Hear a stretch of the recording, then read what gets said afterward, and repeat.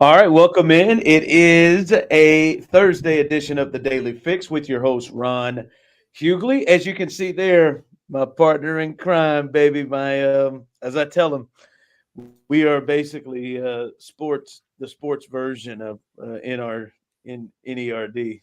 We're nerd. I'm for Red Williams. He's Chad. But that's Steven Serta in the little box. That's what we are, man. Just own it, man. We're that. That's Steve Serta in the little box where he rightfully belongs. However, you're taking us in. If you're on Twitter, we appreciate you. Please tell a friend or 20. If you are on YouTube, well, please tell some folks as well as we are trying to grow. We are the fastest slash slowest growing digital platform out there in the world today. And so, with that, we would ask you to please head to our YouTube channel or Foolish Club Media channel. Please like and subscribe. If you do not do so, you're preventing my three children from eating. A lot to get to today. Ain't going to hold you long. Something has happened last night because with that, the NBA season has officially begun because this happened last night. Also, starting to get and feel like in the Mahomes era that these two are actually going to get the rightful credit they deserve. Not going to say they don't get credit, but the rightful credit that they deserve. But I want to start here, Steve. Shoot up my 2 minutes, please. Yesterday, the big news was the Chiefs making the move with DeAndre Hopkins. Saw him getting off on the PJ earlier today. Had a nice little jacket on, looked good. Wonder if he's entertained at all, maybe cutting and trimming them dreads up because we're getting down to ass territory right now.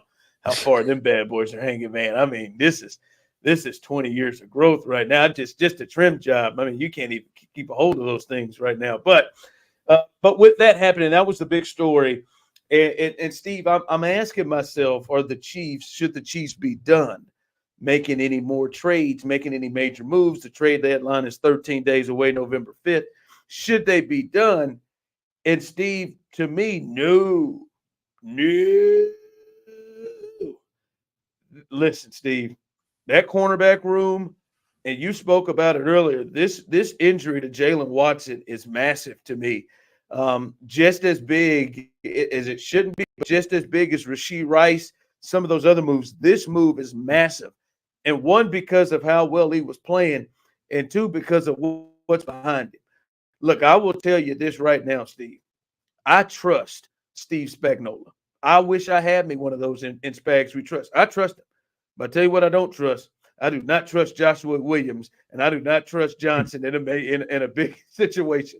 I do not. I don't feel comfortable at all. They feel like guys that are easy matchups that you will get, especially when they like to play man and those pressure packages. I do not feel comfortable at all, Steve, with those two guys. And I know we've seen Spags clean up stuff in the secondary, and I know he's capable of doing it. But Steve, I've watched those guys. They have tried. Clearly, Watson separated himself from the rest of them. I don't feel comfortable. Yeah, I think that's fair, and it is concerning because Jalen Watson was playing like really well for the Chiefs secondary. But Joshua Williams and Najee Johnson are from the same draft class as Watson, and Joshua Williams is the guy that like has played more, and Najee Johnson had a season-ending injury last year. But Joshua Williams is a guy that they had high expectations for when they took him in the 4th round a few years ago, and his problem is that like he'll flash and look good and look like he can be a talented playmaker for the defense, but he's really inconsistent. And Najee Johnson has seemingly even passed Joshua Williams up, but they don't really have a choice now. So they're going to have to see if they can get more out of those guys, or they're going to have to make another move. The problem with making another move is the Chiefs don't really have any money now with DeAndre Hopkins. They're going to have to find a way to free up some cap space if they're going to go out and make another move. Yeah, they may have to figure that out. Some guys I'll throw out there. Newsom, the corner in Cleveland. Jonathan Jones, the corner in New England. And then big fishing, I don't think you just talked about with money, is Marshawn Lattimore with the Saints. As you look at those team seasons kind of going down in the tank, I don't know. Some people have looked at Patrick Peterson. Some people have sent me the old Pat needs Pat. I don't think he needs that Pat. But like these other guys, I would really take a look. I just think, boy, if they can swing it, that they're flirting with danger with I think Williams and Johnson. I think Patrick Peterson was playing safety a little bit last year because he's so old at cornerbacks out. Hell, I thought he was playing fullback. All right. Listen, speaking of Spags, I look at Andy and Spags, Steve, and I feel like this is going to be the year of Andy and Spags, especially the way things are going for Patrick Mahomes.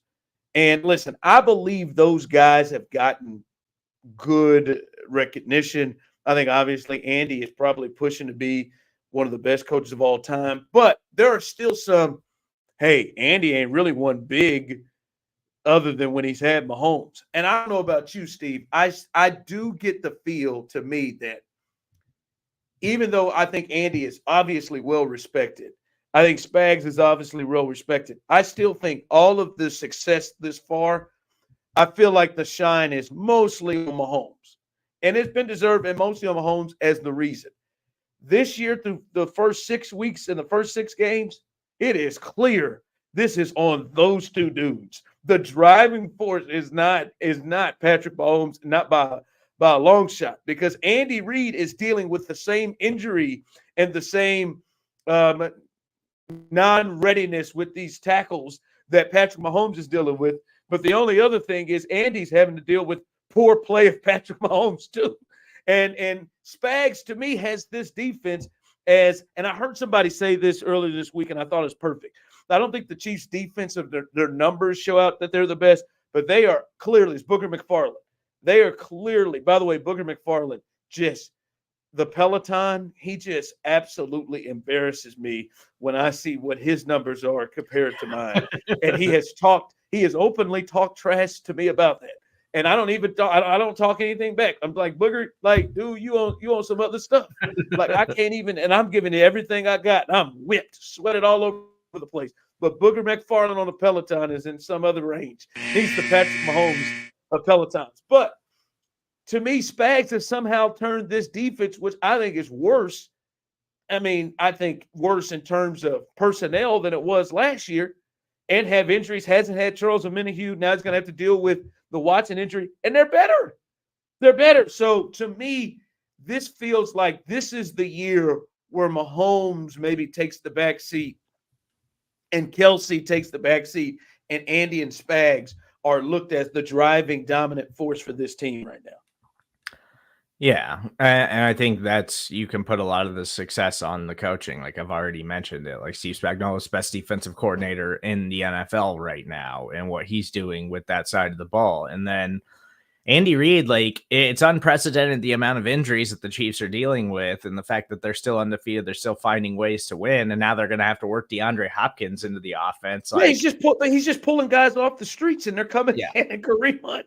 And now we got other people jealous. They can play. Why didn't we pick up Kareem Hunt? Like he'd be doing the same things. Juju coming right off the streets for 130 yards. I mean, if Hopkins goes off in this game against the Raiders, I mean, good God Almighty! Like it's just crazy what those two have done with what they've been given. Yeah, it feels like Andy kind of needed all of this. Like you don't want these injuries, but the way they started the year compared to the last couple of games and the way the offense has looked, like Andy is figuring it out, and Andy's like, okay, now I just got to go for it. Can't be holding things back now. Yeah, your two best offensive players. Like, not just from their own standards, but from just standards of their position. Like, they've been, like, at a C level. Mahomes and Kelsey may be worse. Mahomes leads the league in interceptions. Like, he's got 8 of them. Like, it's wild what has happened. All right, the NBA season has started, and it's official. Draymond Green in his first game, Steve, picked up a penalty already. Bam, nailed it. First game, picks up a penalty, and it picks up a technical already, and had a second one coming, Steve, if only Steve Kerr didn't call a timeout to get him off the floor. This guy is ridiculous. Steve, I think the Warriors are maybe 2 to 3 years too late on the, hey, he is more problem than what his talent is. I cannot believe they have still run with him.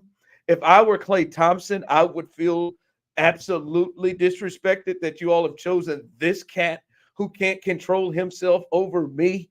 I cannot believe they haven't replaced him. And I'll say this, I think Steph Curry is still playing at a championship level, but for him to just continue to roll through and just let Draymond come over here and that ticking time bomb, like you never know what he's going, and just let him continue to roll. That's on him. They're not going to win big anymore because they are hell bent on keeping like him there. It's ridiculous. He can't control himself already. What kind of annoying, intense, like it's got to be driving Steve Kerr to drink.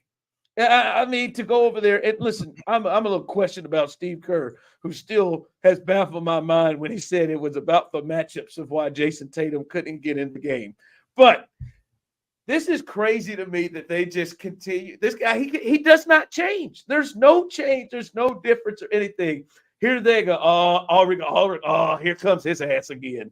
He's the guy, Steve, that you go out with, that you go out with. The guy for me, his name was Phil. His name was Phil when I was in college. Where like I'm not fighting with Phil. I'm gonna go over to the bar and I'm gonna have a drink and I'm gonna watch Phil get himself in trouble. I'm not taking up for him anymore. And I feel like that's where the rest of the Warriors are. Steve Kerr had to call a timeout so he wouldn't get ejected. It blows me away, this dude. Is it just like because Klay is a shell of his former self. So is Draymond. Like, Draymond's not good either. So is it just like this enforcer mentality that the Warriors are clinging to? That they're like, that's why we have to keep him around because he takes care of Steph and he watches Steph's back? No, but no one's even intimidated anymore by him. Like Jurkic, when he elbowed him in the face, he felt bad for him and said that man needs help, like clinical. Like they're not even scared of him anymore. Like it's just ridiculous. It's just crazy. Hi, Mom. Hey, Courtney.